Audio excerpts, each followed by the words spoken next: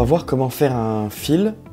Pour commencer, du coup, j'ai ouvert le logiciel Fixer et on va tout de suite cliquer sur Explorer. Quand on est sur Explorer, il me demande du coup d'insérer des fichiers STL. L'intérêt ici, c'est qu'on va pouvoir utiliser des fichiers STL soit soclés, mais aussi des empreintes brutes. Donc là, par exemple, je vais faire des glisser-déposer de mes fichiers, qui sont des empreintes brutes.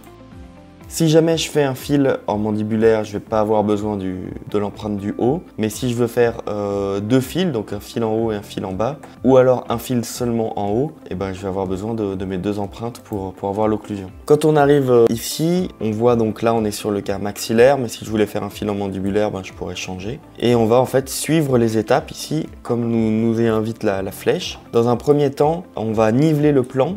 Donc c'est sur ce plan rouge que va se dérouler mon fil, à la frontière ici entre la zone grise et la zone rouge. À l'aide des flèches, je vais pouvoir faire pivoter mon plan, soit de droite à gauche, soit vraiment la hauteur totale de mon plan.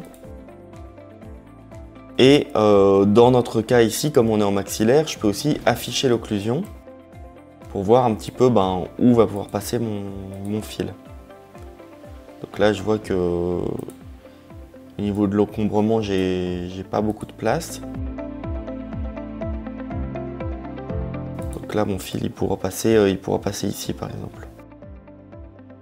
Une fois que je suis satisfait de ce plan, du réglage de ce plan, je vais pouvoir cliquer sur Conception.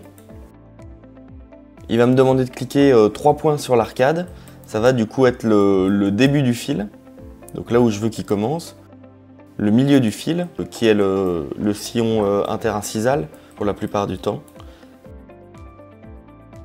et la fin du fil. Et automatiquement, il va me proposer une conception avec pas mal de points qui constituent le fil. Cette conception, je peux l'accepter, je peux passer à la suite directement, sinon je peux supprimer des points. Si par exemple je veux un peu dégager les sillons, ou si je veux qu'ils soient un peu plus longs, ou alors un peu plus courts. Une fois que je suis satisfait de tout ça, je peux cliquer sur la partie contact.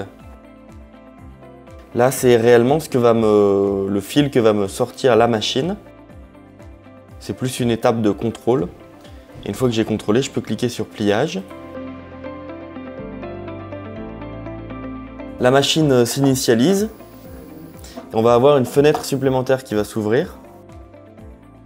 Donc là, on a la fenêtre supplémentaire avec différents éléments. Le premier élément qu'on voit ici, c'est la vue de la caméra. Donc c'est ce que filme la caméra en vue de haut, en vue de dessus, à l'intérieur de la machine.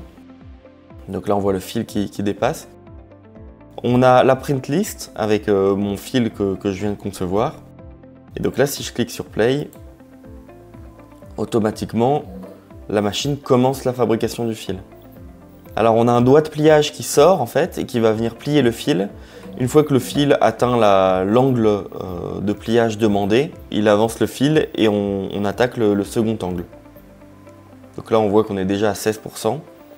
Alors pourquoi est-ce que c'est une fenêtre supplémentaire? Et là je vais pouvoir retourner sur le premier logiciel durant la fabrication de ce fil.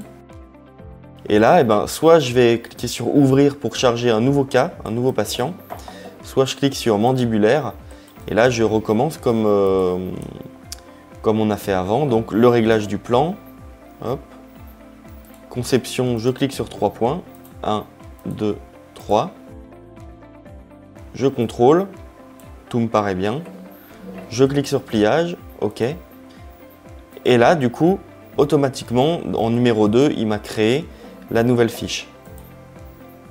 À la fin de la fabrication de ce fil-là, s'il reste à la machine assez de fils non pliés, elle va pouvoir attaquer le deuxième.